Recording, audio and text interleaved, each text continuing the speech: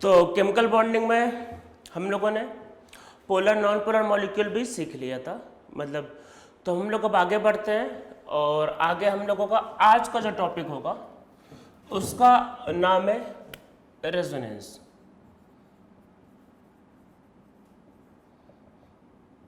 Resonance ये हमारा topic है। तो ये जो टॉपिक एक्चुअल में है, तो कुछ लोगों ने ये वर्ड पहले से सुना होगा रेजोनेंस करके, पर जिन्होंने नाम सुना होगा वो एक्चुअल में रेजोनेंस जो होता है वो फिजिक्स का होता है कि फिजिक्स में कुछ वेव में रेजोनेंस होता है। तो वो काफ़ी लोगों ने सुना होगा, मतलब कुछ लोगों ने सुना होगा, काफ़ी नहीं तो कुछ लोगों ने सुना होगा। पर केमिस्ट्री का जो रेजोनेंस होता है ये आपने कभी पहले सुना भी नहीं होगा और ना ही आपको मालूम होगा। तो मैं टॉपिक स्टार्ट करने के पहले देखो मैं इसके बारे में पहले कुछ बता देता हूँ कि जो रेजोनेंस जो है एक्चुअल में ये एक बहुत बड़ा टॉपिक है और आगे चल के जब ऑर्गेनिक केमिस्ट्री आएगा तो ऑर्गेनिक केमिस्ट्री में ये बहुत बड़ा रोल प्ले करता है। और आप ये मान के चलो कि मतलब दो टॉपिक होते हैं, one is hybridization and second is resonance. इससे भी पूरा ऑर्गेनिक केमिस्ट्री टिका हुआ है। पूरा ऑर्गेनिक केमिस्ट्री में यही दो चीज़ें बदलती रहती है और उससे पूरा ऑर्गेनिक केमिस्ट्री हो जाता है। तो रेजोनेंस के बारे में देखो क्या है कि थोड़ा सा हम लोग अभी पढ़ेंगे, मतलब कि आप समझो रेजोनेंस जितना बड़ा टॉपिक है उसका 10% या 15% अभी पढ़ेंगे और 85% या 90% हम लोग आगे पढ़ेंगे। आगे कब पढ़ेंगे? देखो आपका दिवाली के बाद, इसी साल दिवाली के बाद एक टॉपिक स्टार्ट होगा GOC, जिसका मतलब होगा जनरल ऑर्गेनिक केमिस्ट्री। तो ऑर्गेनिक केमिस्ट्री को स्टार्ट करने के पहले कि ऑर्गेनिक केमिस्ट्री में रिएक्शंस करवाने के पहले कुछ बेसिक टर्म को वहाँ पे पहले पढ़ाए जाते हैं, जिसका चैप्टर का नाम होगा GOC जनरल ऑर्गेनिक केमिस्ट्री। तो उस चैप्टर में क्या होगा, रेजोनेंस में हम लोग बहुत डिटेल में रिसर्च करेंगे, उसको दोबारा समझेंगे। तो आज क्या करना है, आज रेजोनेंस का बेसिक समझना है, मतलब बेसिक रेजोनेंस क्या होता है और उसका थोड़ा से मतलब यूज़ करना है। बाकी डिटेल में इस पर रिसर्च हम लोग आगे करेंगे GOC में।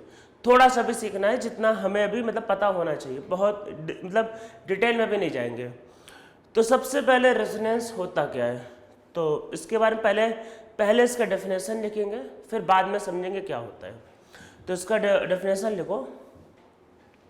लिखो sometime all the properties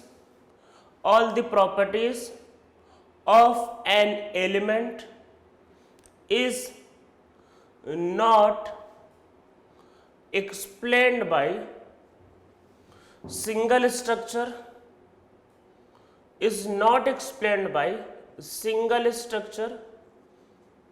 it require two or more structure to explain all its properties. This phenomena is known as resonance. ये रेजोनेंस का एक्चुअल डेफिनेशन अगर आपसे कोई पूछता व्हाट इज रेजोनेंस तो आपको ये बताना क्या, sometimes all the properties of an element is not explained by single structure. तो एक सिंगल स्ट्रक्चर से क्या होता है, मॉलिक्यूल की सारी प्रॉपर्टी एक्सप्लेन नहीं हो पाती। It require two or more structure to explain all its property. This phenomena is known as resonance. Resonance actual में होता इतना ही है, पर इसको समझते हैं कि क्या है, कि क्या है, कैसे होता है, इसको समझते हैं। तो हम लोग एक मॉलिक्यूल को लेते हैं, पहले समझते हैं और फिर देखते हैं कि क्या होगा। तो एक मॉलिक्यूल को लेते हैं बेंजीन। बेंजीन वो मॉलिक्यूल है जिससे मतलब रेजोनेंस का समझ लो कि ओरिजिन हुआ था, रेजोनेंस इसी से डराइव हुआ था। तो हम लोग बेंजीन के बारे में करते हैं। तो देखो आपके पास क्या है बेंजीन में, कार्बन की वैलेंसी 4 होती है। तो मैं एक बार देखो ऐसे ड्रॉ करके दिखा देता हूँ। ऐसे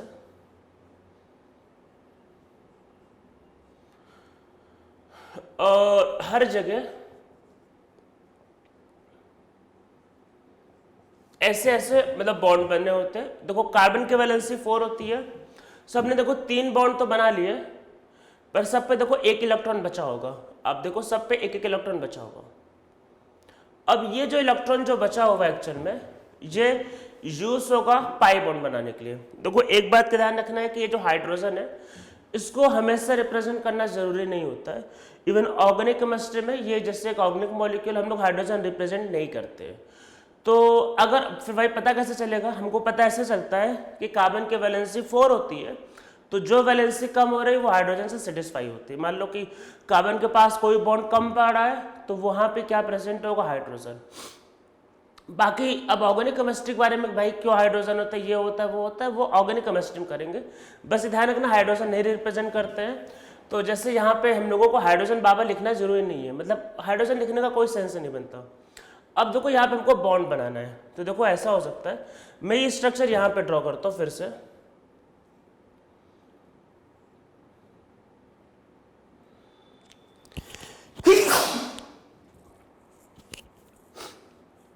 तो ये मैंने एक्चुअल में ये जो सारे ये जो है एक्चुअल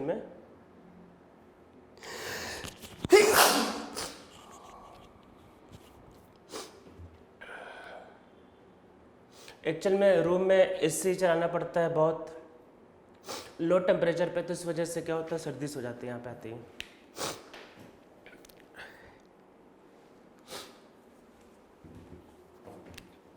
तो देखो क्या होगा, ये जो एक्चुअल में मैं दिखा रहा हूं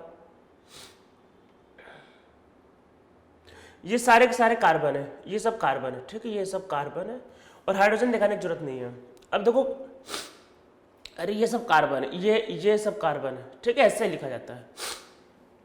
अब देखो इसमें बॉन्डिंग कैसे हो सकती है। एक पॉसिबिलिटी ये है कि इससे कर ले, ये इससे कर ले और ये इससे कर ले, ठीक है, एक पॉसिबिलिटी ये है। दूसरी पॉसिबिलिटी इसी सेम स्ट्रक्चर की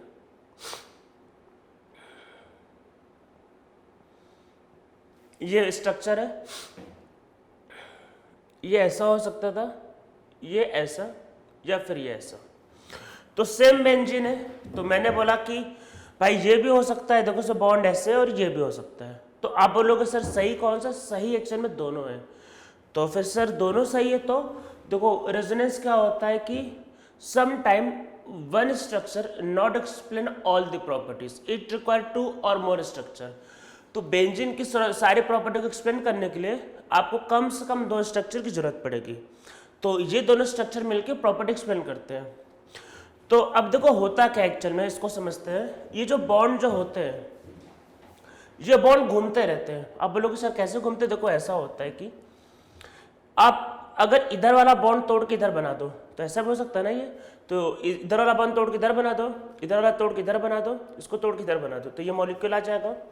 तो देखो कैसा करते हैं, इसमें ये बॉन्ड इधर कर देते हैं, एरो बता रहा बॉन्ड इधर चला गया, तो ये बॉन्ड इधर, अरे ये जब इससे बॉन्ड बनाएगा तो इसको तोड़ना पड़ेगा और ये बॉन्ड इधर, ऐसा करने से ये स्ट्रक्चर आ जाएगा।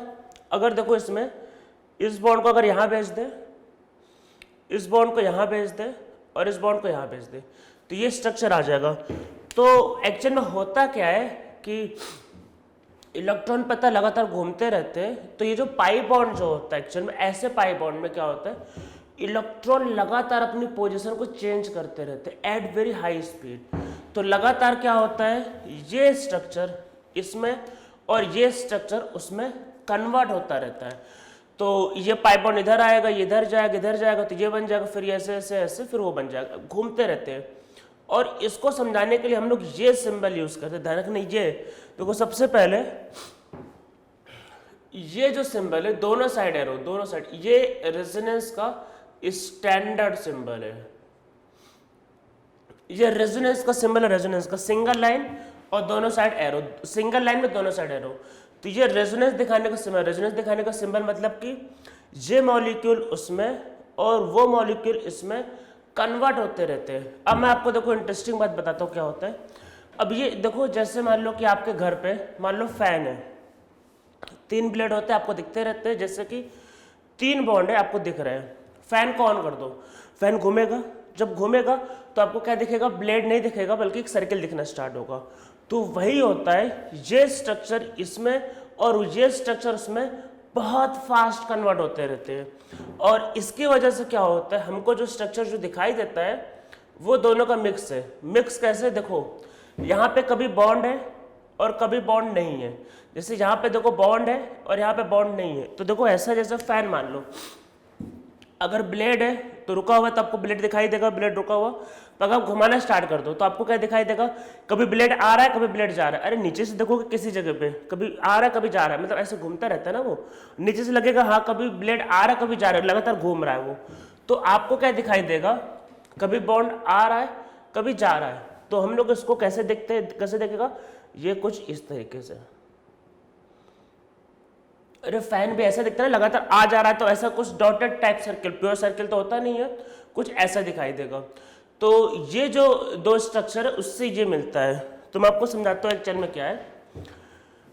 एक साइंटिस्ट है, और मुझे पहले एक बात बोलना है कि ये देखो थोड़ी सब लोगों के लिए नया है, इसको ध्यान से समझना, ठीक है। पहली बार आप समझ रहे हो तो आपको थोड़ा हो सकता है अजीब सा लगे, तो हाँ थोड़ा अजीब थ्योरी, पर धीरे धीरे भी आप इसमें हो जाकर नॉर्मल हो जाओगे। आज की पूरी क्लास में हम लोग यही सब करने वाले हैं।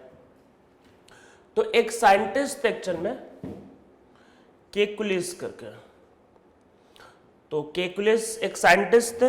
केकुली ने क्या बोला, एक्चुअली केकुली ने क्या देखा, बेंजीन देखा, ऐसा दिखाई दिया, मतलब कि कुछ परमानेंट बॉन्ड और कुछ dotted dotted bond. Dotted bond आए तो उसको समझ में नहीं आया कि भाई बॉन्ड है कि बॉन्ड नहीं है, मतलब ये डॉटेड डॉटेड आ रहा था। तो वो बोला ये बॉन्ड है कि नहीं पता नहीं चल पा रहा है। जैसे मान लो फैन में जब आप चालू कर देते हो, नीचे देखो कभी ब्लेड आ रहा है कभी जा रहा है। तो वो बोला कि यार कभी मतलब बॉन्ड लग भी रहा है नहीं लग रहा है, तो बहुत मतलब लाइट मतलब अपेयर हो रहा है। तो उसने इस चीज को समझाने के लिए क्या बोला, बेंजीन जो होता है ये एक्चुअल में दिखता है, मतलब कैसे, एक्चुअल मॉलिक्यूल की स्टडी करते हैं, वैसे माइक्रोस्कोप से नहीं करते, उसकी स्टडी करते हैं स्पेक्ट्रोस्कोपी से। वो सब चीज़ें क्लास 12th के लेवल पे नहीं, आगे हायर लेवल पे केमिस्ट्री में बताया जाता है। तो आप लोग ये बिल्कुल मत सोचना कि केमिस्ट्री सब बस 12th तक ही केमिस्ट्री खत्म हो गई। आप केमिस्ट्री का 10⁻³ या 10⁻⁴% बस पढ़ते हो, 0.0001%, इससे ज़्यादा आप नहीं पढ़ते हो। तो जैसे बीएससी में एक्चुअल में ये पढ़ाया जाता है कि मॉलिक्यूल के बारे में पता कैसे करते हैं, तो वो उसके लिए एक अलग से स्टडी होता है स्पेक्ट्रोस्कोपी। मतलब वहाँ पे ये रिसर्च मतलब पता चलता है कि भाई कौन सा मॉलिक्यूल कैसा है। तो बेंजीन का बारे में जैसे स्ट्रक्चर अगर पता चलना है तो कैसे किया गया पता है, स्पेक्ट्रोस्कोपी से। तो हमको ये मॉलिक्यूल दिखता है। तो केकुलिस ने क्या बोला कि ये मॉलिक्यूल कैसे हो सकता है, ये दो स्ट्रक्चर होते हैं और आपस में कन्वर्ट होते रहते हैं। तो ये पाई बॉन्ड इधर आता रहता है और ये वाला पाई बॉन्ड फिर इधर आता है, मतलब लगातार घूमते रहते हैं। तो ऐसा दिखता है। इसको एक्सप्लेन करने के लिए ये दो प्रॉपर्टीज मतलब ये दो स्ट्रक्चर ड्रॉ किए जाते हैं।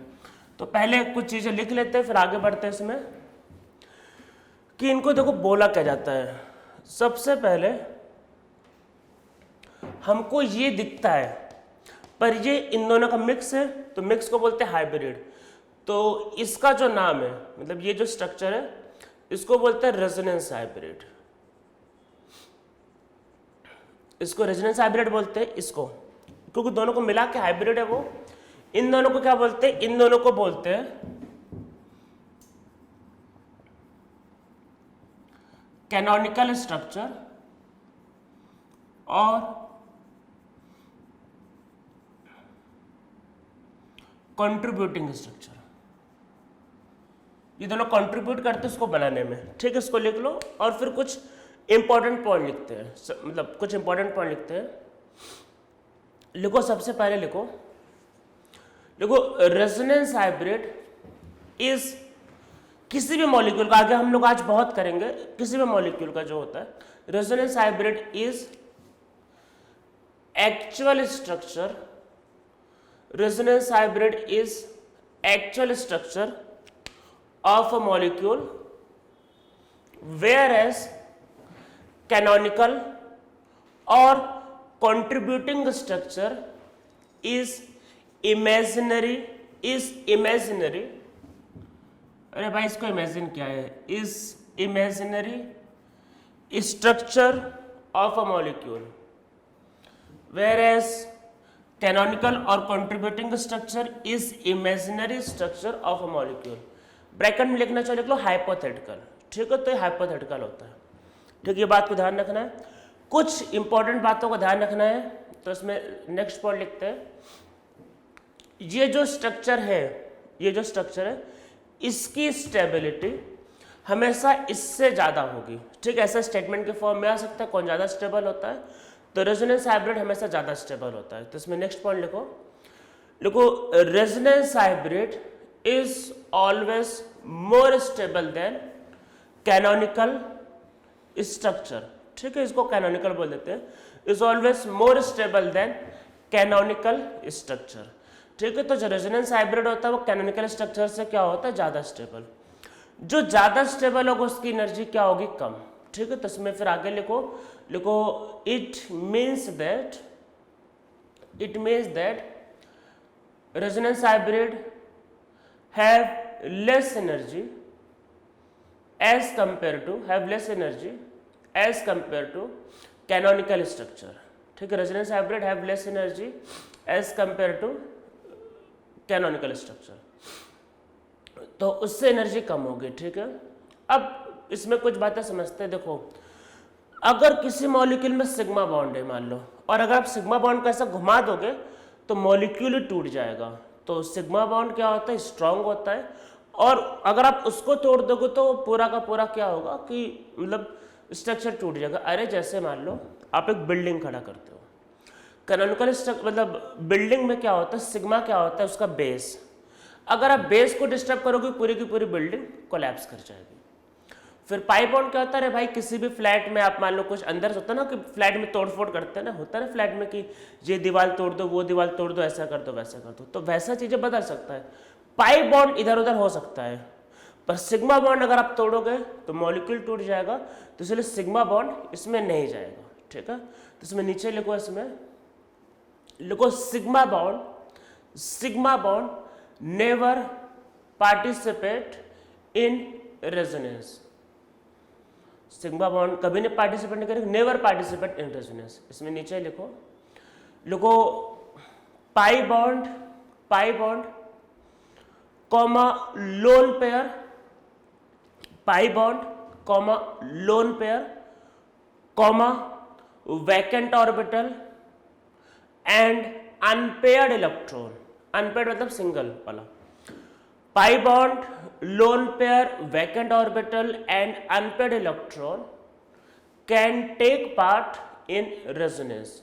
तो ये सब रेजोनेंस में पार्टिसिपेट कर सकते हैं। ठीक है, कौन कौन से, पाई बॉन्ड, लोन पेयर, या फिर वही आपके पास वैकेंट ऑर्बिटल या फिर सिंगल इलेक्ट्रॉन। ठीक है, तो सिंगल इलेक्ट्रॉन या फिर वैकेंट ऑर्बिटल वाला केस तो अभी नहीं करेंगे, पर आपको मैं लिखवा दे रहा हूँ, आगे बताना ऑर्गेनिक केमिस्ट्री में जब आपको, क्योंकि धीरे धीरे अभी आप ग्रो हो रहे हो, मतलब अभी आपको चीज़ें क्योंकि कम पता है, तो इसलिए भी थोड़ा सा सीखेंगे, ज़्यादा भी कर लेंगे तो आप खुद कंफ्यूज हो जाओगे और आपको समझ में नहीं आएगा, और जरूरत ही नहीं एक्चुअल में, अलग से आगे किया गया भाई, अभी बेसिक में इसकी जरूरत ही नहीं एक्चुअल में। ठीक है, तो फिर आपके पास क्या होता है, मतलब ये पार्टिसिपेट कर सकता है। ठीक है, ये अब एक बात ध्यान रखना है, आप जब भी रेजोनेंस करोगे तो किसी भी एटम का पोजीशन नहीं बदलेगा। ठीक है, सिर्फ क्या बदलता है, पाई बॉन्ड या फिर लोन पेयर, मतलब मेनली पाई बॉन्ड या लोन पेयर का पोजीशन। अभी वैकेंट ऑर्बिटल वाला चलो केस नहीं कर रहे हैं, तो बस वही बदलेगा, पाई बॉन्ड की पोजीशन मेनली बदलेगा, एटम का पोजीशन या सिग्मा बॉन्ड कभी नहीं बदलेगा। ठीक है, इसमें नेक्स्ट लाइन में लिखो in resonance position of atom never changes, मतलब एटम को पोजीशन कभी नहीं बदलता, position of atom never changes. In this only position of pi bond and loan pair changes. Position of pi bond and loan pair changes, lone pair के साथ साथ वो भी है, मतलब वैकेंट ऑर्बिटल और अनपेयर्ड इलेक्ट्रॉन वो भी उसी के साथ है। ठीक है, पर अभी वो केस नहीं करेंगे हम लोग आज, और इस चैप्टर में नहीं करेंगे, जरूरत ही नहीं है। अदरवाइज उसका पोजीशन भी क्या होगा, बदलता है, किसका, वैकेंट ऑर्बिटल का, और अनपेयर्ड इलेक्ट्रॉन का भी पोजीशन बदलता है। ठीक है, ये लेस स्टेबल है, वो मोर स्टेबल है, लेस मोर। इनके बीच का जो एनर्जी गैप होता है, इसका और उसके बीच का जो एनर्जी गैप होता है वो कहलाता है रेजोनेंस एनर्जी। ठीक है, इसमें लिख लो रेजोनेंस एनर्जी, इतना लिख लो रेजोनेंस एनर्जी के बारे में, बार बार है कि ये अभी तो वो डेफिनेशन लिख रहा है जैसे बॉइलिंग पॉइंट क्या होता है, आपसे पूछे कि जिस टेम्परेचर पे लिक्विड से गैस बनता है, आपको यही डेफिनेशन पता होगा, आगे चल के एक नया डेफिनेशन आपको मिलेगा। तो वैसे भी रेजोनेंस कुछ कर रहे हैं, आगे चल के जब हम लोग अपग्रेड होंगे, जब ये पहला समझ लो फर्स्ट लेवल है, जब हाई लेवल पे थोड़ा पहुंचेंगे आगे चल के, मतलब आगे के चैप्टर में, तो रेजोनेंस एनर्जी का डेफिनेशन मैं बदल दूंगा, पर अभी नहीं, अभी बस ये लिखो रेजोनेंस एनर्जी क्या, तो दोनों का गैप, दोनों का जो डिफरेंस है, तो उसमें लिखो energy difference between canonical structure and resonance hybrid is known as resonance energy. तो इनके बीच का जो भी एनर्जी गैप होता है वही कहलाता है रेजोनेंस एनर्जी, ठीक है। अब हम लोग इसमें क्या है कि देखो करेंगे क्या, हम लोग करेंगे रिवर्स प्रोसेस। मैं आपको कुछ स्ट्रक्चर दूंगा, उसका आप रेजोनेंस करवाओगे, फिर हाइब्रिड ड्रॉ करोगे, ठीक है। ये काम आपको करना है। साथ में दो चीजें और निकालनी है, चार्ज और बॉन्ड ऑर्डर, ये हमें बार बार करना है। मैं कुछ स्ट्रक्चर्स को दूंगा, आपको बस यही प्रैक्टिस करना है इस चैप्टर में, इसके अलावा कुछ नहीं करना। इन चैप्टर को आपको, मतलब इस चैप्टर में बस आपको इन्हीं को प्रैक्टिस करनी है। तो जैसे हम लोग स्टार्ट करते हैं ओजोन से, O3। तो जब मैं ओजोन का स्ट्रक्चर बोलता हूं कि भाई ओजोन का स्ट्रक्चर बनाओ, तो देखो क्या क्या मिस्टेक क्या क्या है।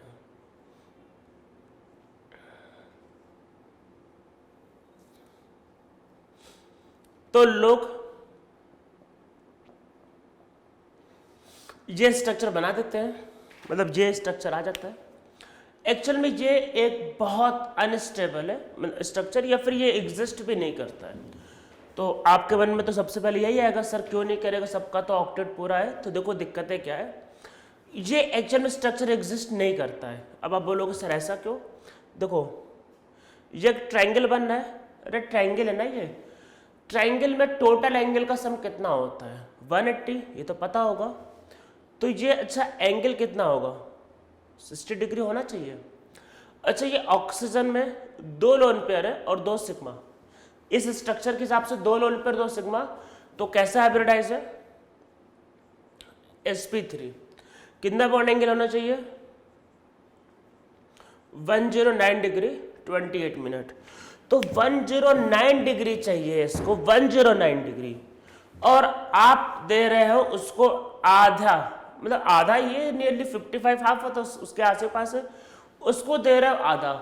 तो भाई कैसे एग्जिस्ट करेगा ये मॉलिक्यूल, एंगल इतना चाहिए, दे आप उसका आधा रहे हो, तो मॉलिक्यूल एग्जिस्ट नहीं करता है।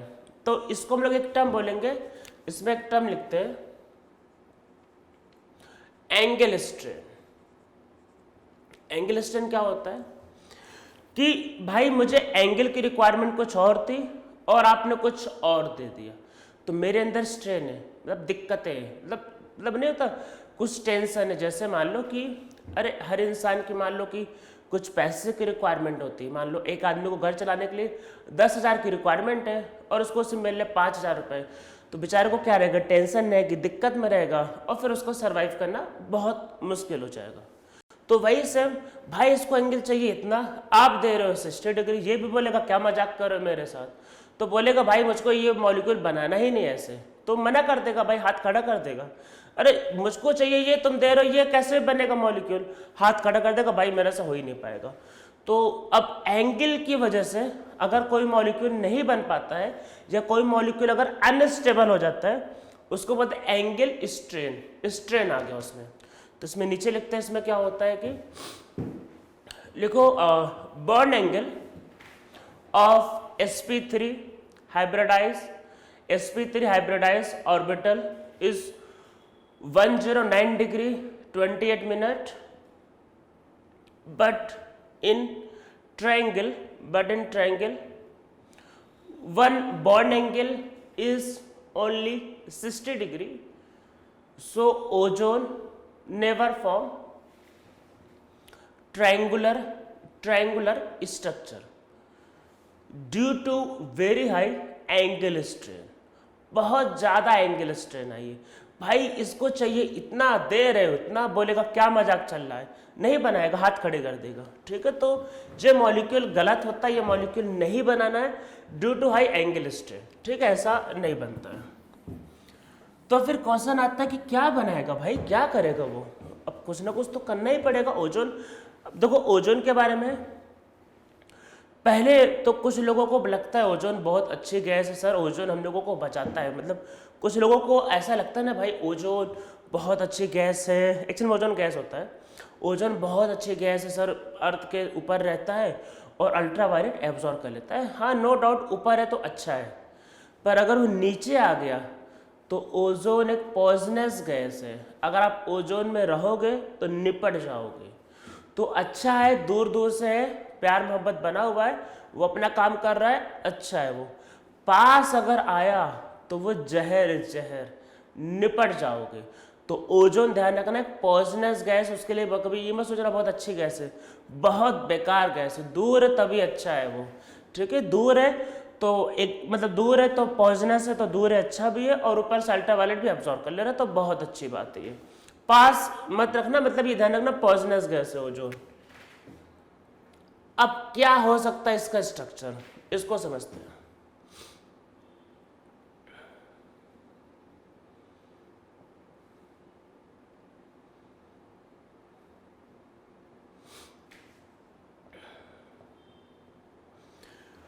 तो ये मॉलिक्यूल है, एक ऑक्सीजन गैस और एक O, एक्चुअल भाई होता है ऐसे ही है, ऊपर जो बनता है ना एयर में ओजोन, वो ऐसे ही बनता है। तो मतलब मैं बताता हूँ कैसे एयर में ऑक्सीजन, मतलब कैसे ओजोन बनता कैसे। देखो होता क्या है, ऑक्सीजन एक्चुअल ऊपर ऑक्सीजन गैस होती है, सनलाइट गिरता है तो दो ऑक्सीजन में टूट जाता है। अरे बॉन्ड तोड़ना है ना ऑक्सीजन का, एनर्जी की जरूरत पड़ेगी, कौन देगा, सनलाइट। अब ये जो मॉलिक्यूल जो टूटता है एक्चुअल में, तो दो ऑक्सीजन के साथ ये दो ऑक्सीजन एटम मिलके बनाते हैं दो ओजोन। एक्चुअली ये रिएक्शन होता है, एक ऑक्सीजन मॉलिक्यूल दो ऑक्सीजन एटम में टूट जाता है, तो ये एटम अलग वाले और भी अरे बहुत ढेर सारे ऑक्सीजन मॉलिक्यूल होते हैं ऊपर, उनके साथ मिलके ओजोन बनाते हैं, ये रिएक्शन होती है। तो सनलाइट की वजह से वो ऑक्सीजन मॉलिक्यूल ब्रेक होकर और वहां पे फिर ओजोन का फॉर्मेशन होता है। ठीक है, ऐसे रिएक्शन होती है ओजोन के बनने की। तो यहां देखो क्या होता है, तो ऑक्सीजन मॉलिक्यूल और एक सिंगल ऑक्सीजन, देखो डबल बॉन्ड बनाओगे तो इसमें 10 इलेक्ट्रॉन आ जाएगा। सेकेंड पीरियड एलिमेंट में 8 के ऊपर नहीं करना है, कुछ भी हो जाए। तो क्या पॉसिबिलिटी है, कोऑर्डिनेट बॉन्ड। कोऑर्डिनेट बॉन्ड को हटाते हैं, देखो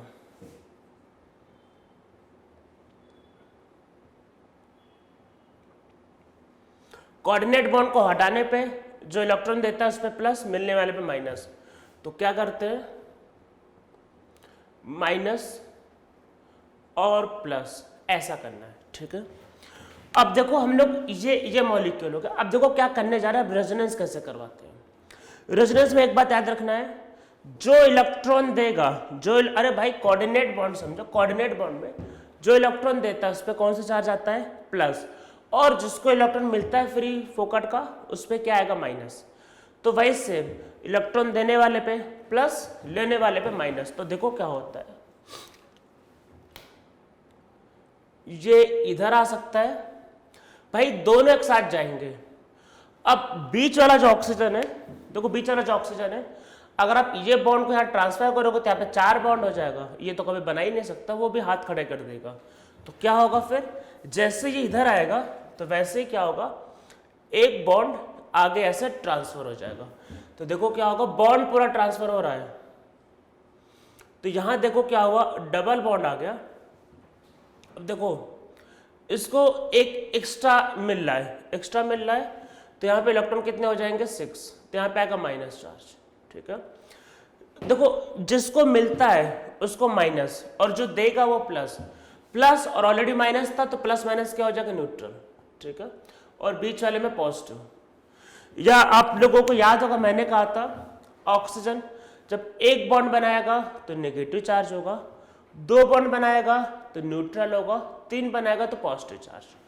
तो ये दोनों एक्चुअल में होता है। अब होता है एक्चुअल में क्या है कि ये इसमें और ये उसमें कन्वर्ट होते रहते हैं बहुत फास्ट। तो अब आगे देखो क्या हो सकता है, ये इधर आ जाए फिर से और दोबारा टूट जाए, तो यही बन जाएगा। फिर ये इसमें, तो ये एक दूसरे में कन्वर्ट होते रहते, तो ये रेजोनेंस का सिंबल है। ये दोनों एक्चुअल में है क्या, ये दोनों है कैनोनिकल स्ट्रक्चर। क्या है? Canonical structure. ठीक है, हम लोगों को इसका क्या बनाना, हाइब्रिड।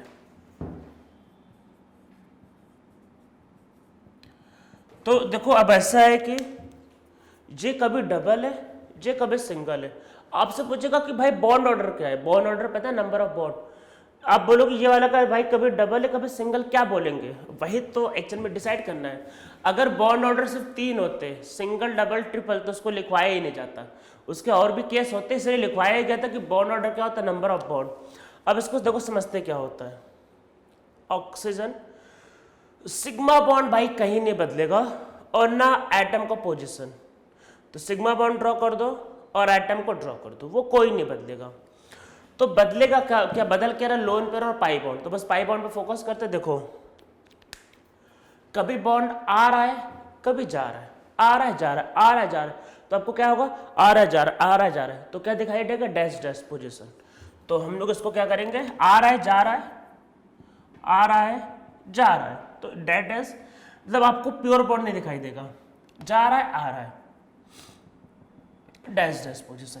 अब देखो क्या है कि हमें पहले लिखना है बॉन्ड ऑर्डर। भाई एवरेज लेना है, एवरेज। तो देखो एवरेज क्या होगा, सिंगल, यहां सिंगल है ना ये, और यहां क्या डबल, मतलब कि इस मॉलिक्यूल में कभी सिंगल बॉन्ड कभी double bond, single bond double bond. तो एवरेज क्या होगा, एवरेज लिखते हैं भाई, ये समझ लो, या ऐसे दूसरा तरीका। अच्छा बॉन्ड क्या कितने जगह बनना है, एक जगह और 2 जगह। कितने जगह बॉन्ड बनना है, 2 जगह, एक जगह 2 जगह, मतलब 2 जगह बॉन्ड बनाने। बॉन्ड है कितने, 1 2 3, अरे 3 बॉन्ड है ना टोटल। टोटल कितने बॉन्ड, 1 2 3, और 2 जगह बनाने, 3 बॉन्ड है 2 जगह बनाने, तो एवरेज बांट दो, तो 1.5 1.5। या फिर समझ लो ऐसा, सिंगल और डबल, सिंगल और डबल के एवरेज क्या होगा, 1.5। तो क्या बोलोगे, बॉन्ड ऑर्डर इज 1.5 1.5, ये इसका बॉन्ड ऑर्डर है। चार्ज की बात करते हैं, यहाँ प्लस है यहाँ प्लस है, तो इसलिए इसको लिखोगे प्लस, ये चार्ज नहीं बदल रहा। पर यहाँ कभी माइनस है, यहाँ कभी न्यूट्रल है, या फिर ये न्यूट्रल ये माइनस, ये दूसरा तरीका। -1 का चार्ज दो ऑक्सीजन में घूम रहा है, कभी इधर कभी उधर, कभी इधर कभी उधर घूम रहा है, तो एवरेज -1/-1/2। तो आपको क्या लिखना है, चार्ज, और क्या लिखना होता है, बॉन्ड ऑर्डर। तो देखो इसका बॉन्ड ऑर्डर भी कितना, 1.5, इसका बॉन्ड ऑर्डर भी 1.5। तो एक्चुअल में ये ऐसा ही होता है। ओजोन का जब स्ट्रक्चर देखा जाता है स्पेक्ट्रोस्कोपी से, तो हमको क्या होता है, दोनों के दोनों बॉन्ड लेंथ और बॉन्ड एनर्जी से मिलता है। मैंने जैसे पहले बताया कि जो बॉन्ड ऑर्डर मतलब बॉन्ड लेंथ जो होता है या फिर बॉन्ड एनर्जी जो होता है, बॉन्ड लेंथ और बॉन्ड एनर्जी किस पे डिपेंड करता है, बॉन्ड ऑर्डर में। अगर दोनों का लेंथ और दोनों का एनर्जी सेम है, इसका मतलब दोनों का बॉन्ड ऑर्डर सेम है। तो याद रखना है कि दोनों बॉन्ड सेम होते हैं, अलग अलग नहीं है। देखो फिर से मैं रिपीट करता हूँ, हाइब्रिड है, हाइब्रिड रियल स्ट्रक्चर है, रियल स्ट्रक्चर है ये हाइपोथेटिकल स्ट्रक्चर है। याद करो स्टोरी क्या थी, ठीक है। हम लोग करेंगे इससे यही, एक्चुअल में क्लास 11th और 12th के लेवल पे इससे यही किया जाता है। मतलब ये एक्चुअल में होता ही नहीं, पर इससे ये समझना इजी होता है एक्चुअल में। पर आप जब बड़े हो जाओगे, मान लो बीएससी एमएससी करते हो केमिस्ट्री में सपोज करो, या आप बीटेक भी करते हो, वहाँ पे भी होता है एक्चुअल में। आईआईटीज में भी केमिस्ट्री से होता है, एक्चुअल में सब्जेक्ट होता है। अगर आप वहाँ केमिस्ट्री लोगे तो आपको ये दिया जाएगा और ये खुद से करना होगा, तब आप बड़े हो चुके हो। आप स्पेक्ट्रोस्कोपी से मॉलिक्यूल ढूंढोगे, आपको ऐसा कुछ मॉलिक्यूल दिखाई देगा, तो ये स्ट्रक्चर आपको खुद से सोचना होगा, खुद से ड्रॉ करना होगा। पर 11th 12th के लेवल पे इससे ये करना है। पर ध्यान रखना, ये इमेजिनरी है, ये रियल है। तो रियल में हमको दोनों बॉन्ड एक ही जैसे मिलते हैं, ठीक है। तो आप इसमें नीचे लिखो bond length and bond energy bond length and bond energy of both bond of ozone are same. दोनों का बॉन्ड एनर्जी बॉन्ड लेंथ क्या होता है, सेम होता है। ठीक है, ये बात को ध्यान रखना है। अब कुछ बातों का एक पॉइंट इसमें समझ लेते हैं। ये वैसे नॉर्मली जेईई में पूछता नहीं है, पर नीट में या फिर बोर्ड वाले पूछ सकते हैं कि what is difference between resonance and isomerism. Resonance और आइसोमेरिज्म में क्या डिफरेंस है? देखो, आइसोमेर में क्या होता है, आप एटम का पोजीशन बदलते हो, मतलब आप एटम के पोजीशन को चेंज करते हो, कोई ऊपर नीचे इधर उधर घुमा देते हो। रेजोनेंस में मैंने इसके लिए स्ट्रिक्टली मना किया है, नहीं करना है। रेजोनेंस में सिग्मा बॉन्ड और एटम का पोजीशन नहीं बदलेगा, वो बदल जाएगा तो रेजोनेंस नहीं कहलाएगा। ये उसके लिए समझ लो मस्ट कंडीशन है। तो रेजोनेंस में क्या होता है, एटम का पोजीशन नहीं बदलता है या फिर सिग्मा बॉन्ड नहीं बदलते। रेजोनेंस में क्या बदलता है, pi bond and lone pair, इनका पोजीशन बदलता है, ये बात ध्यान रखना है। जबकि आइसोमेरिज्म में क्या होता है कि एटम का पोजीशन बदल जाता है। ठीक है, तो आप इसमें नीचे नोट करके एक पॉइंट लिख लो, ये कि ये आपको मन में लग सकता है सर आइसोमेर से कैसे अलग है। आइसोमेर में तो भाई डिफरेंट स्ट्रक्चर होते हैं, अगर स्ट्रक्चर डिफरेंट करना है तो आपको एटम को पोजीशन बदलना पड़ेगा। यहाँ ऐसा कुछ नहीं करते। ठीक है, तो आप इसमें नीचे लिखो इन case of resonance position of atom and position of sigma bond never changes, कभी नहीं बदलेगा, ये ध्यान रखना है, नेवर चेंजेस। अब इसमें फिर आगे लिखो whereas in case of isomerism position of atom changes. तो आइसोमेर के केस में एटम का पोजीशन बदल जाता है, स्ट्रक्चर ही बदल जाता है। तो रेजोनेंस के केस में स्ट्रक्चर कभी नहीं बदलेगा, जैसा है वही रहेगा। इसमें नीचे लिखो इन case of resonance structure of molecule never changes. Molecule का स्ट्रक्चर नहीं बदलेगा, क्या बदलता है, सिर्फ और सिर्फ क्या बदलता है, पाई बॉन्ड। अरे मॉलिक्यूल का स्ट्रक्चर देखो, मॉलिक्यूल का स्ट्रक्चर किससे डिसाइड होता है, हाइब्रिडाइजेशन से, उसके लिए क्या काउंट करते हो, सिग्मा बॉन्ड।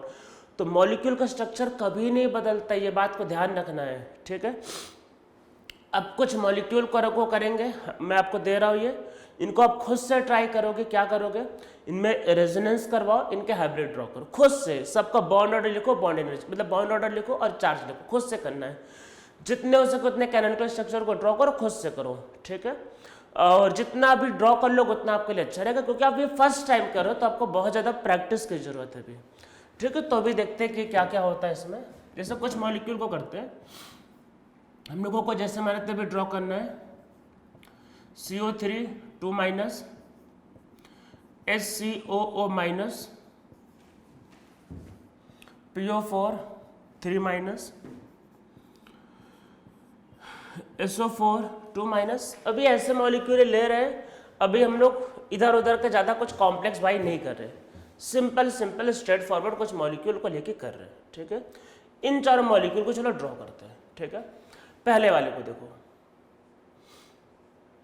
पहले वाले का स्ट्रक्चर कैसे ड्रॉ होगा आपके मन में आएगा। देखो ऐसे कोई भी जो अनायन है जो हम ऐसा एक एसिड से बनते हैं, तो जैसे इसका एसिड रहा होगा H2CO3 कार्बोनिक एसिड, तो H को निकाल दो तो ये बन जाएगा। देखो कार्बोनिक एसिड क्या होता है,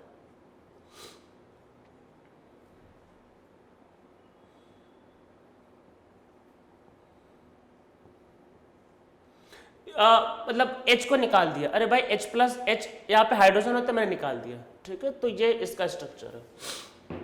इसमें हम लोग करेंगे रेजोनेंस, तो देखो क्या होगा, रेजोनेंस में एक टाइम पे एक करना है, ऐसा नहीं कि सब मिला दिया, सब मिला के उसको बर्बाद नहीं करना। वन मतलब एक टाइम पे एक ही बॉन्ड का पोजीशन चेंज होगा। ठीक है, तो वन रेजोनेंस मतलब one change in position at one time, एक टाइम पे एक ही चेंज करना है, इस बात को ध्यान रखना है। तो देखो क्या होगा, ये यहां ये यहां,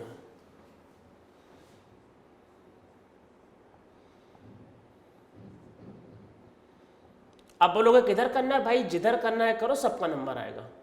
ठीक है, ये नहीं सोचना कि भाई ये करना है वो करना है, सबका नंबर आएगा, टेंशन नहीं ले, सबको करवाना है। डबल बॉन्ड कभी इधर कभी इधर कभी इधर, सबको मौका मिलेगा।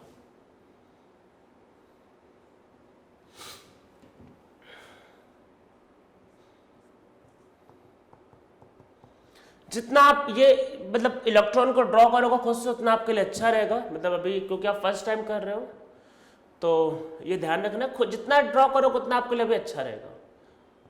थोड़ा बोरिंग काम है पर करना है, अदरवाइज आप इसको सीख नहीं पाओगे और फील नहीं कर पाओगे। ठीक है, ऑक्सीजन जब भी दो बॉन्ड बनाता है वो न्यूट्रल होता है, तो ये इसके ये रेजोनेंस है। आपको कहा था कि 2 और मोर मॉलिक्यूल, तो 3 हो सकते हैं, तो कोई बात 2 से ज़्यादा हो, 2 या 2 से ज़्यादा। कैसे पता चलेगा कितना ड्रॉ करना है? अरे भाई कोई एक चीज़ फिक्स कर लो, पाई बॉन्ड ऊपर भी होना चाहिए, लेफ्ट भी होना चाहिए, राइट भी होना चाहिए। सबको बांटो, सबका नंबर दो, सबको इक्वली रखो, किसी के साथ अनफेयर मत करो, सबको बराबरी के साथ रखो। ठीक है, ये क्या है? Canonical structure. हम लोग अब ड्रॉ करेंगे हाइब्रिड।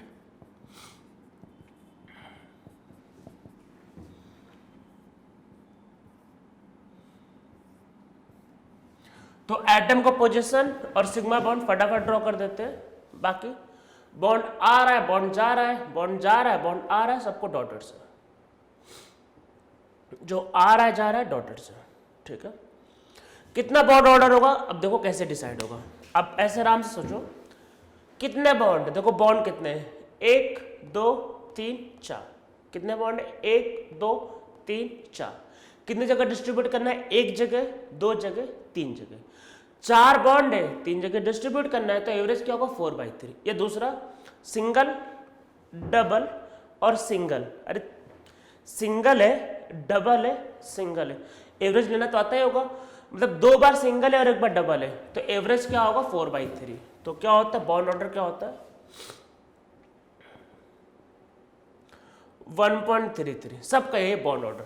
ठीक है, चार्ज की बात करते हैं, -1 -1 कितना? -2। और कितने ऑक्सीजन में घूम रहा है? 3 ऑक्सीजन में घूम रहा है, तो एक को कितना मिलेगा? -2/3 -2/3 -2/3। ठीक है, ये इसका क्या? हाइब्रिड।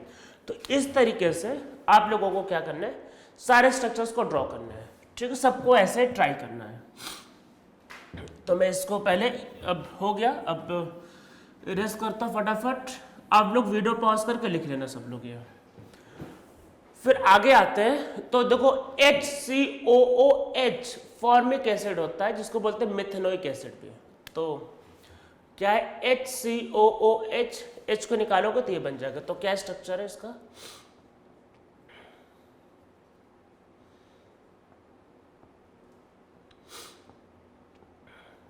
ये मॉलिक्यूल होता है फॉर्मिक एसिड।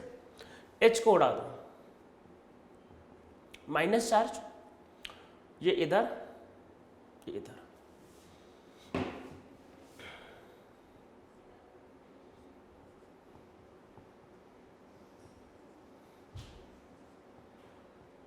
ठीक है, ये मॉलिक्यूल होगा। देखो रेजोनेंस में जाने के लिए या तो लोन पेयर चाहिए या फिर पाई बॉन्ड चाहिए। पाई बॉन्ड चाहिए या फिर लोन पेयर। अच्छा, हाइड्रोजन के पास क्या लोन पेयर होता है? हाइड्रोजन तो बेचारा खुद कंगाल आदमी, एक ही इलेक्ट्रॉन होता है। क्या हाइड्रोजन के पास इलेक्ट्रॉन होता है? नहीं। अच्छा, क्या हाइड्रोजन में ऑर्बिटल कितना है? एक, सिर्फ 1s। कितने बॉन्ड बना सकता है भाई? एक ही ऑर्बिटल है, 2 इलेक्ट्रॉन रख सकता है, 2 ही उसकी औकात है, उससे ज़्यादा वो सोच ही नहीं सकता है। तो हाइड्रोजन रेजोनेंस में नहीं जाता है।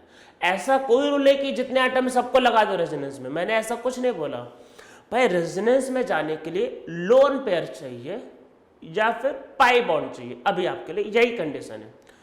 हाइड्रोजन के पास लोन पेयर है? नहीं है। हाइड्रोजन पाई बॉन्ड है? नहीं है। तो क्यों बोल रहे हो? हटाओ इसको, निकालो बाहर। तो हाइड्रोजन की कोई वैल्यू नहीं है, मतलब ठीक है, हाइड्रोजन को बाहर कर देंगे, उसके बारे में सोचना नहीं है। ऐसा नहीं है कि रेजोनेंस है तो सबको करवाना है, ऐसा कोई रूल ही नहीं है भाई। जिसकी औकात नहीं है रेजोनेंस करने को, उसको क्यों करवाओगे? हाइड्रोजन की कोई औकात नहीं, एक ही ऑर्बिटल है, क्या करेगा वो? तो वो कुछ नहीं कर सकता, उसके बारे में नहीं सोचना है। तो अब क्वेश्चन आता है कि हाइब्रिड कैसे बनेगा? तो हाइब्रिड भाई पोजीशन ऑफ एटम कभी नहीं बदलेगा। ठीक है, ये हो गया। देखो यहां पे सिंगल है, यहां सिंगल है, तो सिंगल ही रहेगा। ये तो कुछ किया ही नहीं, ये तो बस तमाशा देख रहा था। पर यहाँ डबल, यहाँ सिंगल, या यहाँ सिंगल, यहाँ डबल। तो जहां चेंज हो रहा है वहां डॉटेड करना। ऐसा नहीं कि सब में डॉटेड ही कर दिया भाई, इधर को डॉटेड होगा जब डबल आया ही नहीं। तो डॉटेड का मतलब ये होता है कि बॉन्ड आ रहा है जा रहा है, आ रहा है जा रहा है, यहाँ पे बॉन्ड कभी आया नहीं आया ना, तो क्यों डॉट डॉट करोगे, यही होगा बस। अब बात करते हैं बॉन्ड ऑर्डर की। बॉन्ड ऑर्डर की देखो, इसको समझ लो है ही नहीं, अरे ये तो कुछ कर ही नहीं रहा है, ये तो बस तमाशा देख रहा है। तो कितने बॉन्ड है, 1 2 3, और ये 3 बॉन्ड इधर उधर घूम रहे हैं, या आप ऐसे समझ लो, चलो अगर वो भी समझ में नहीं आ रहा, यहाँ क्या है सिंगल, यहाँ क्या है double, double single, single double, तो डबल और सिंगल दो ही पॉसिबिलिटी, एवरेज 1.5 या डबल सिंगल एवरेज। अच्छा चार्ज की बात करते हैं, -1 का चार्ज, दो ऑक्सीजन में भटक रहा है, तो एवरेज -12। ऐसे करना है, ऐसे नहीं कि सबको रेजोनेंस कर दिया, भाई ये तो कुछ कर ही नहीं रहा, उसको क्यों मिलेगा कुछ। तो बॉन्ड ऑर्डर 1.5, चार्ज -12, ठीक है। तो ये इसका क्या स्ट्रक्चर है, समझ में आ गया।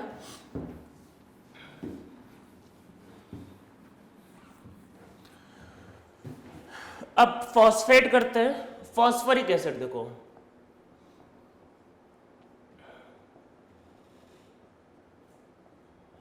This is phosphoric acid, H को बाहर निकालेंगे,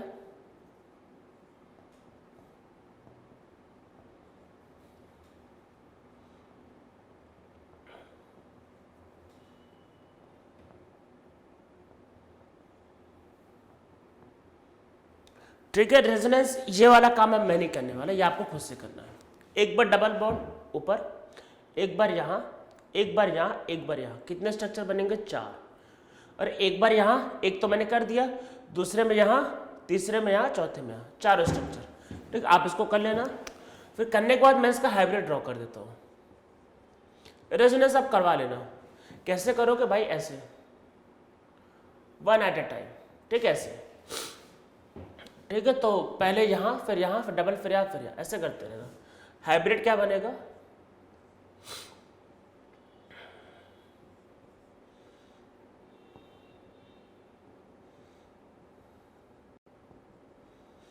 देखो इस बार जितने बॉन्ड है सारे रेजोनेंस में जा रहे हैं, सारे के सारे जाएंगे रेजोनेंस में। तो कितने बॉन्ड है, 1 2 3 4 5, अरे 2 और 3 5, कितने जगह बनाना है, 1 जगह, 2 जगह, 3 जगह, 4 जगह, 5 बॉन्ड है, 4 जगह बनाना है। तो क्या हो गया एवरेज, 5/4, ये एवरेज होगा। चार्ज की वैल्यू -1 -1 -1 -3, और 4 ऑक्सीजन में डिस्ट्रीब्यूट हो रहा है, तो एवरेज -3/4। आप बोलोगे चार्ज से क्या पता चलता है, भाई चार्ज के बारे में आगे देखेंगे। एक्चुअल में होता ही है, जितना कम चार्ज होगा उतना मॉलिक्यूल स्टेबल होता है, ऐसा होता है। तो रेजोनेंस, हाँ रेजोनेंस की वजह से क्या होता है, रेजोनेंस की वजह से चार्ज, देखो पहले चार्ज यहाँ तक डिस्ट्रीब्यूट हो गया ना मॉलिक्यूल में, रेजोनेंस की वजह से चार्ज या फिर समझ लो इलेक्ट्रॉन डिस्ट्रीब्यूट हो गया, तो स्टेबिलिटी हमेशा बढ़ती है, ठीक है। तो एक पॉइंट चलो लिख लो, अभी याद आया। तो वैसे ये सब की जरूरत अभी होती नहीं है, अभी तो हमको बस ये सब ड्रॉ करना, मतलब इस चैप्टर में हमको बस ड्रॉ करना सीखना होता है कि क्या होता है, कैसे ड्रॉ करते हैं, बस। बाकी इसका बस 10 और 15% मैंने बताया, बस इतना बेसिक करना होता है। बाकी तो जीओसी का भी चैप्टर रहेगा, उसमें रिसर्च करेंगे इस पर। तो अभी तो बस बेसिक करना होता है कि कैसे कैसे ड्रॉ करते हैं, कैसे चार्ज निकालते हैं, कैसे बॉन्ड ऑर्डर लिखते हैं, तो आपको बेसिक पता होना चाहिए, ठीक है। उसमें नीचे लिखो, इसमें लिखो इन case of resonance charge is distributed, मतलब जो भी है -1 चार्ज जो डिस्ट्रीब्यूट होता है, charge is distributed and also electron is distributed in complete molecule, so stability of molecule always increases in case of resonance। तो चार्ज डिस्ट्रीब्यूट हो जाता है और साथ में क्या डिस्ट्रीब्यूट हो जाता है आपका, वही लोन पेयर या इलेक्ट्रॉन, तो इसकी वजह से मॉलिक्यूल की जो स्टेबिलिटी होगी वो हमेशा बढ़ती, हमेशा बढ़ेगी, ठीक है। बात को ध्यान रखना है। सल्फेट को करते हैं,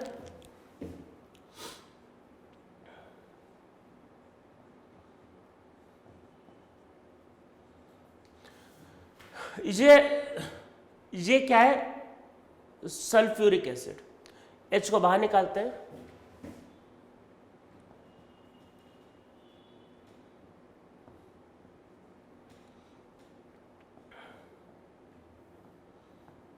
ठीक है, मॉलिक्यूल है। इसमें अब आपको रेजोनेंस खुद से करना है। मैं बता देता हूँ कितने स्ट्रक्चर बनेंगे। इसमें स्ट्रक्चर बनेंगे 6 स्ट्रक्चर बनेंगे। ध्यान से देखो, एक को फिक्स कर लो, इसको फिक्स किया, ठीक है, इसको फिक्स करो, ऊपर वाले को फिक्स कर दो। देखो तो डबल बॉन्ड एक बार यहाँ बनाना, एक बार यहाँ बनाना, एक बार यहाँ बनाना, कितने स्ट्रक्चर आए? 3। मैं बता रहा हूँ, कर लेना। डबल बॉन्ड को फिक्स करना और एक मतलब एक को फिक्स कर दो, फिर एक यहाँ आएगा, एक यहाँ, एक यहाँ, कितने बनेंगे? 3। उसके बाद देखो एक डबल बॉन्ड यहाँ फिक्स करना, ऊपर वाला तो हो चुका है, तो डबल बॉन्ड एक फिक्स करना, फिर उसके साथ एक यहाँ रखना, तो ये चौथा, एक यहाँ रखना, एक यहाँ रखना, 5वां, और एक यहाँ छठा। मैं रिपीट करता हूँ, एक ऊपर रखना, तो ऊपर के साथ यहाँ पहला, ऊपर के साथ यहाँ दूसरा, ऊपर के साथ यहाँ तीसरा, चौथा क्या होगा? इसके साथ ये, फिर इसके साथ ये, और इसके साथ ये, टोटल 6 स्ट्रक्चर बनेंगे। ठीक है, कर लेना। ये क्वेश्चन में पूछा जाता है कि इसके कितने रेजोनेटिंग स्ट्रक्चर होते हैं। ठीक, ये क्वेश्चन भी आपके लेवल पे आ सकता है। तो इसके टोटल कितने स्ट्रक्चर है? 6। अब इसका हाइब्रिड,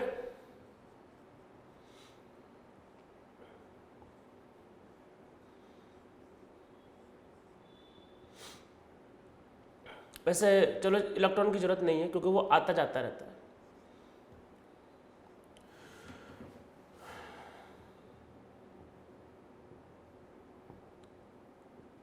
चार्ज लो -2 चारों में डिस्ट्रीब्यूट करना है।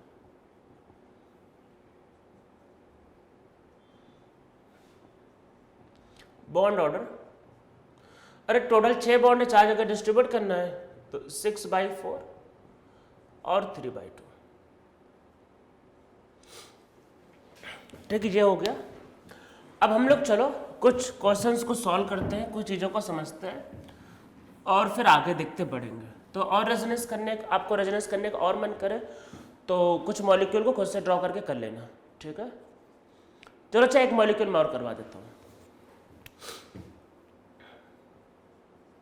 नाइट्रिक एसिड से आता है नाइट्रेट, तो इसको देखते हैं। देखो नाइट्रिक एसिड का स्ट्रक्चर देखो, ये थोड़ा अलग इसलिए मैं इसको करवा रहा हूँ।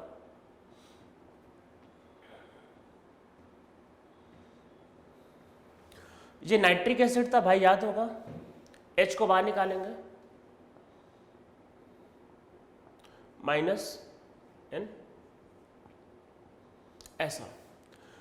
कोऑर्डिनेट बॉन्ड को भी अगर आपको याद होगा, मैंने कहा था सिंगल बॉन्ड से रिप्लेस हो जाता है, यहां प्लस और यहां माइनस। ठीक है, ये मॉलिक्यूल है, इसमें रेजोनेंस करना है।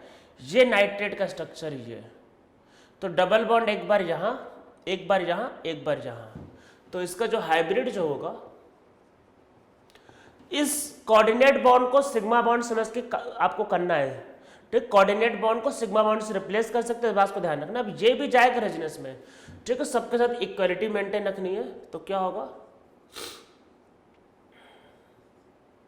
बॉन्ड आ रहा है, जा रहा है, आ रहा है, जा रहा है, आ रहा है, जा रहा है। -1 का चार्ज दो ऑक्सीजन में डिस्ट्रीब्यूट होगा, तो क्या होगा? -2/3,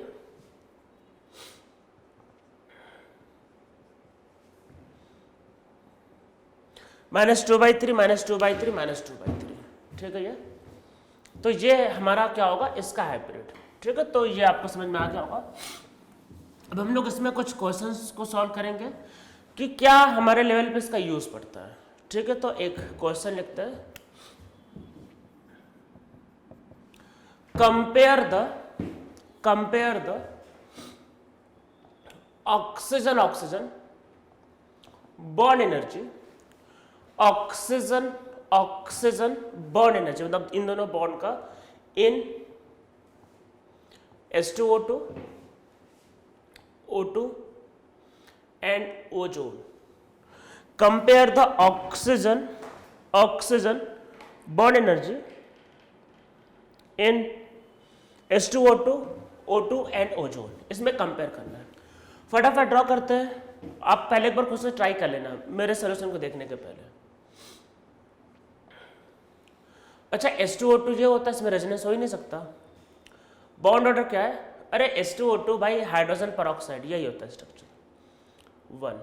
ठीक है, ऑक्सीजन में क्या होता है?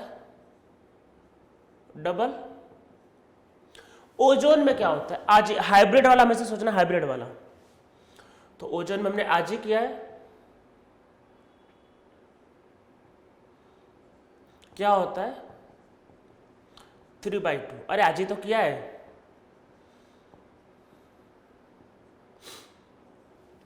तो अब देखो क्या है, बॉन्ड एनर्जी के बारे में आपको पहले से पता है, बॉन्ड एनर्जी कंपेयर करना है कि बॉन्ड एनर्जी क्या होता है, बॉन्ड ऑर्डर के प्रोपोर्शनल।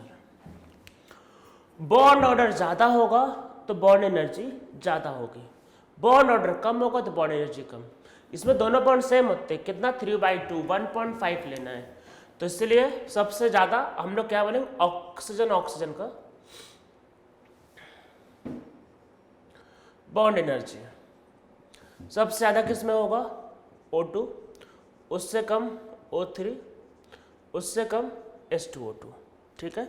तो ये आपका बॉन्ड एनर्जी का क्या होगा, ऑर्डर रहेगा, ठीक है, समझ में आया, बॉन्ड ऑर्डर से करना होता है। तो ये सब क्या होता है, ये होता है रेजोनेंस का एप्लीकेशन जो हमको इस चैप्टर में करना है एक्चुअल में। तो हमें अभी देखो रिएक्शंस तो करवाना नहीं है, तो इसलिए वो वाला पार्ट अभी नहीं सीख रहे, तभी हम लोग मेनली बॉन्ड ऑर्डर निकालना सीख रहे थे, और यह चार्ज निकालना, बस चार्ज जितना कम होगा उतना स्टेबिलिटी बढ़ेगी। एक हम लोग क्वेश्चन और लिखते हैं, compare the carbon oxygen bond length, carbon oxygen bond length in CO2 and CO3 2-, compare the carbon oxygen bond length in CO2 and CO3 2-। इनमें बॉन्ड लेंथ कंपेयर करना है। बॉन्ड लेंथ के बारे में,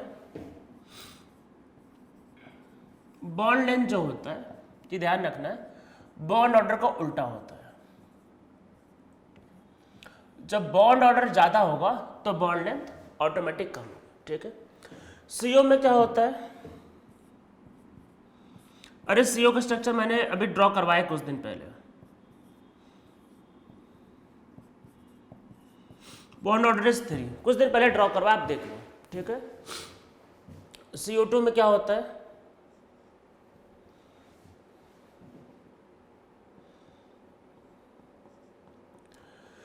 कोई भी एक बॉन्ड पकड़ो, इसको भी पकड़ लो, ये सिंगल कोई भी एक बॉन्ड पकड़ लो, बॉन्ड ऑर्डर 2 होता है, CO3 2-,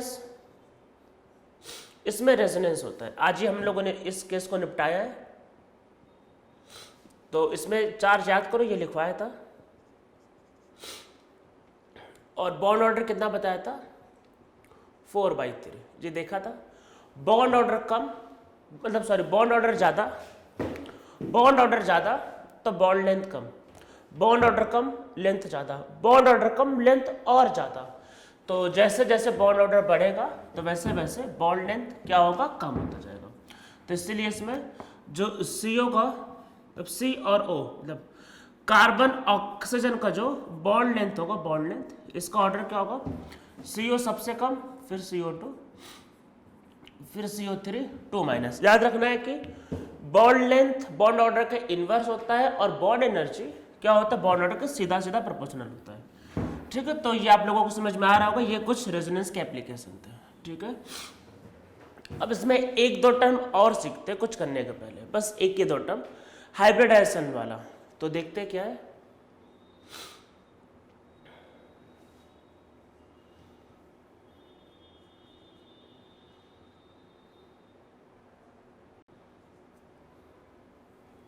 ये एक मॉलिक्यूल है, आप इसको लेके बिल्कुल अभी टेंशन मत लेना, बस इसको थोड़ा समझ लो। देखो ये मॉलिक्यूल है,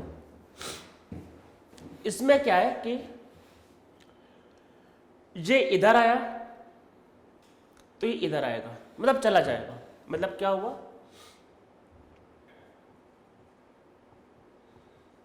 यहां लोन पर मिल जाएगा, और इस CH डबल बॉन्ड CH2, ठीक है, ये रेजोनेंस हो जाएगा। तो ये रेजोनेंस हो जाएगा, तो देखो हुआ क्या, ये लोन पेयर घूम के कहाँ आ गया, यहाँ आ गया, मतलब लोन पेयर कभी इधर था कभी इधर है, यहाँ इधर है ना ये। तो अगर कोई लोन पेयर कहीं घूमता रहता है तो उसको बोलते हैं डीलोकलाइज्ड लोन पेयर।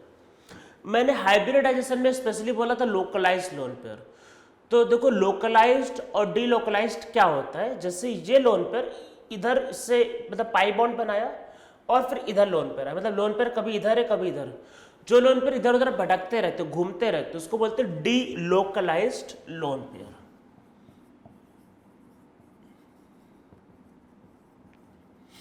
तो ये क्या होता है, डीलोकलाइज्ड लोन पेयर। तो डीलोकलाइज्ड क्या होता है, जो इधर उधर भटकता रहता है घूमता रहता है कभी यहाँ कभी वहां, तो वो क्या कहलाएगा, डीलोकलाइज्ड लोन पेयर।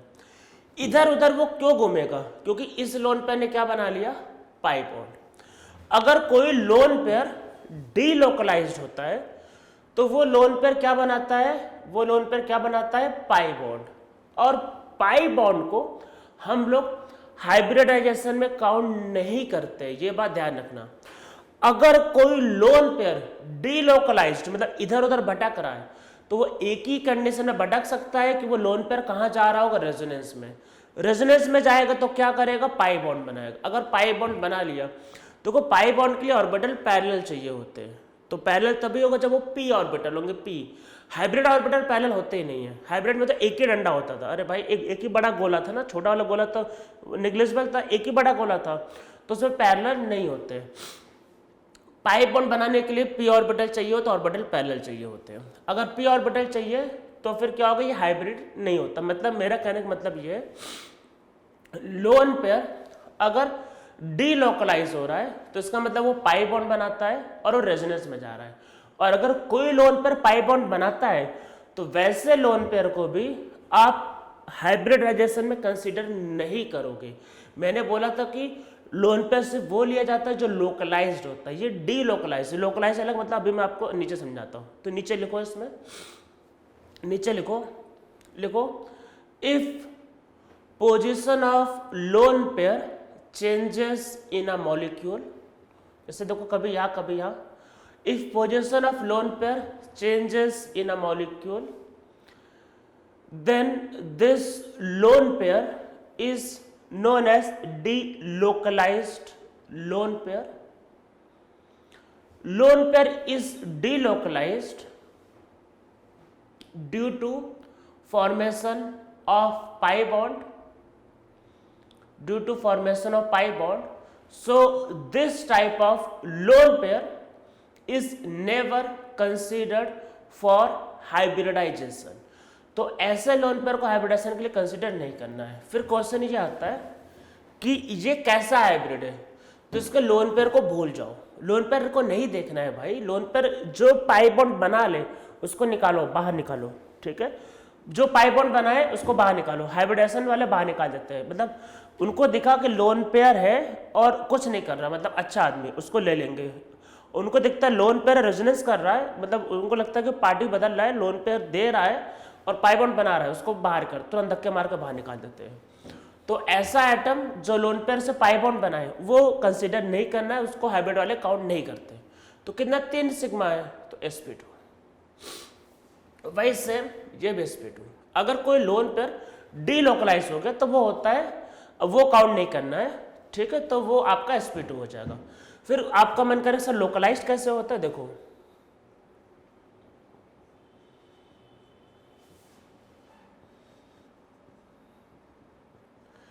इस मॉलिक्यूल को देखो, यहां पे रेजोनेंस नहीं हो सकता है। कैसे भाई, कैसे कराओगे रेजोनेंस? देखो रेजोनेंस में क्या होता है, जब कोई लोन पेयर देता है तो पाई बॉन्ड को आगे तोड़ना पड़ता है।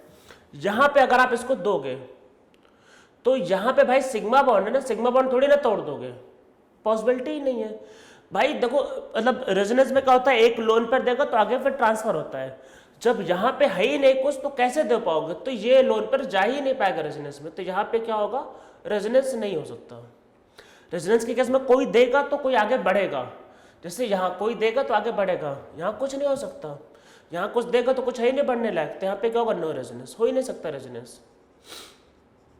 तो ये लोन पर इस पे ही रहेगा, जा ही नहीं सकता, कहीं नहीं जा सकता, यही रहेगा। तो जो लोन पर एक ही जगह फिक्स होता है वो होता है लोकलाइज्ड लोन पेयर। तो ये लोकलाइज्ड लोन पेयर है और ऐसे लोन पेयर को ही हम लोग हाइब्रिडाइजेशन में काउंट करते हैं। तो मैंने आप लोगों को पहले सारे वही स्ट्रक्चर इसलिए ड्रॉ करवाए जहां पे लोकलाइज थे, ऐसा कोई केस नहीं करवाया। ऐसा केस ज़्यादा हमको एक्चुअल में करना ही नहीं है, बस थोड़ा सा बेसिक पता होना चाहिए। कहाँ करेंगे? ऑर्गेनिक केमिस्ट्री में। ऑर्गेनिक केमिस्ट्री का वो पार्ट जहाँ पे अरे बस ये सब ऑर्गेनिक मॉलिक्यूल में बहुत होता है, यही सब तो रेजोनेंस होता रहेगा, घूमता रहेगा और रिएक्शन होता रहेगा, तो इस पर रिसर्च आगे करेंगे। बस अभी ध्यान रखना, ये नहीं घूम रहा तो ये लोकलाइज्ड, ये घूम रहा है तो डीलोकलाइज्ड। डीलोकलाइज्ड वाला काउंट नहीं करते, बस ये लोकलाइज्ड है। ये क्या है कि नहीं घूम रहा तो इसको क्या करना है, आपको हाइब्रिडेशन में काउंट करना है। तो sp3 3 सिग्मा और एक लोन पेयर, ठीक है। तो आप इसमें नीचे लिखो if loan pair is fixed on any atom, if loan pair is fixed on any atom, then that lone pair is localized lone pair, then that lone pair is localized lone pair, and this lone pair is considered for hybridization, and this lone pair is considered for hybridization। हम लोग hybridisation के लिए इसको consider करते हैं, ठीक है। बस आपको इतना ही समझना था, इतना रेजोनेंस में हमारे लिए इतना ही था। मतलब रेजोनेंस में पाई बॉन्ड होता है तो पैरेलल होते हैं तो ये बॉन्ड बनाते हैं, इससे ज़्यादा भी हमको रिसर्च नहीं करना है, इतना हमारे लिए बहुत है, इससे ज़्यादा करने की जरूरत एक्चुअल में है नहीं, ठीक है। इसके आगे कब करेंगे? इसके आगे जब ऑर्गेनिक केमिस्ट्री आएगा तब करेंगे। यहाँ पे बस हमको मेनली सीखना था कि कैसे इलेक्ट्रॉन जाते हैं और क्या होता है। तो रेजोनेंस में क्या होगा, लोन पेयर होगा और डबल बॉन्ड। आप बोलोगे सर वो वैकेंट ऑर्बिटल वाला भी लिखवाया था और फ्री रेडिकल वाला, मतलब सिंगल अनपेड इलेक्ट्रॉन। आप बोलोगे सर अनपेड इलेक्ट्रॉन भी लिखवाया था और वैकेंट ऑर्बिटल भी लिखवाया था, वो तो एग्जाम्पल नहीं करवाया भाई, करवाया नहीं क्योंकि जरूरत नहीं, यहाँ पे जरूरत ही नहीं, आगे जरूरत पड़ेगी तो कर लेंगे। बस हमें केमिकल बॉन्डिंग में इतना ही करना होता है, ठीक है। तो आज के लेक्चर में हम लोगों ने क्या सीखा, रेजोनेंस। तो इसमें आपको क्या करना होता है कि पाई बॉन्ड और लोन पेयर की पोजीशन को बदलना होता है।